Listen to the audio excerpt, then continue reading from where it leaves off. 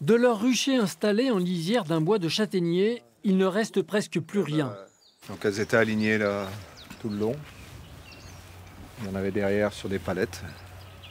Donc au total, il y avait 75 ruches et ils en ont laissé une. En plus de la perte matérielle et des années de travail à soigner leur cheptel, c'est surtout la disparition de leurs abeilles il y a une semaine qui leur fait mal aujourd'hui.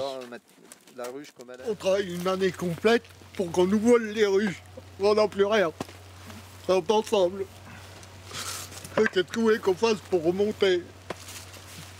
Surtout quand on est amateur, comme moi je suis pas professionnel, on fait des quelques ruches avec le collègue, comme ça pour nous.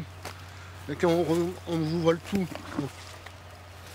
on ne revient pas. Il faudrait que ça bouge un peu plus, qu'il y ait un peu du suivi sur la gendarmerie. Personne ne s'est déplacé. On a l'impression d'être laissé de côté. Depuis des années, les apiculteurs amateurs ou professionnels vivent une période difficile en raison de la mortalité des abeilles.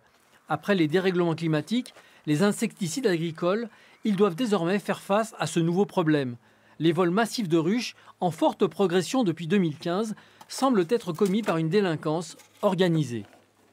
C'est pas à la portée de tout le monde de déplacer 70 ruches en 20 minutes dans un camion, quoi. Déjà, il faut avoir un camion, il faut localiser, il faut avoir la technique pour voler les ruches.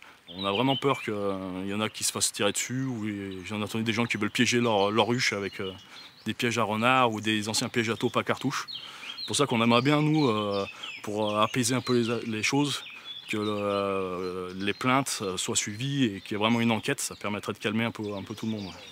Solution moins extrême envisagée par René Mounier depuis la disparition de ces ruches, l'installation de traceurs avec puces GPS. Mais l'investissement est très coûteux pour les apiculteurs.